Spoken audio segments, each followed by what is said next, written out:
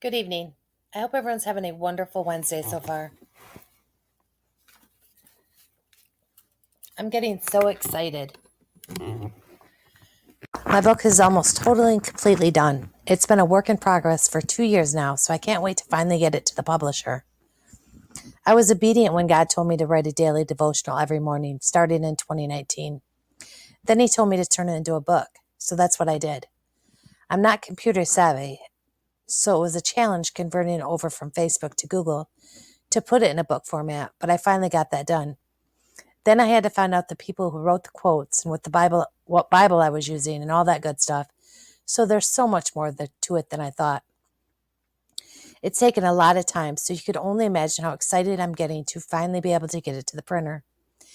We have to remember the devil will do anything and everything to stop us from doing God's work.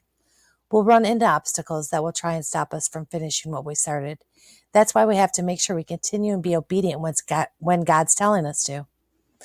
I know when 2020 happened, God took me on a different journey of learning and teaching. So I was being obedient to what He wanted me to do at that time. So my book had to be put on hold for a while, and that's okay, because I was still listening to God. Are you making sure you're listening to God? Are you doing what He's asking you to do? We're here to be the servants of Christ. So if He's asking you to do something, you need to make sure you do it. 1 Samuel 15:22 says, "Does the Lord delight in burnt offerings and sacrifices as much as in obeying the voice of the Lord? To obey is better than sacrifice, and to heed is better than the fat of rams."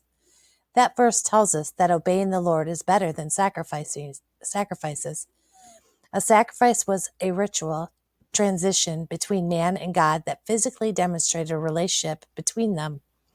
But if that person's heart was not truly repentant, or if he did not truly love God, the sacrifice was a hollow ritual. Religious ceremonies or rituals are empty unless they are performed with an attitude of love and obedience. Let's remember, being religious, going to church, serving on a committee, or giving to charity is not enough devotion and obedience to God.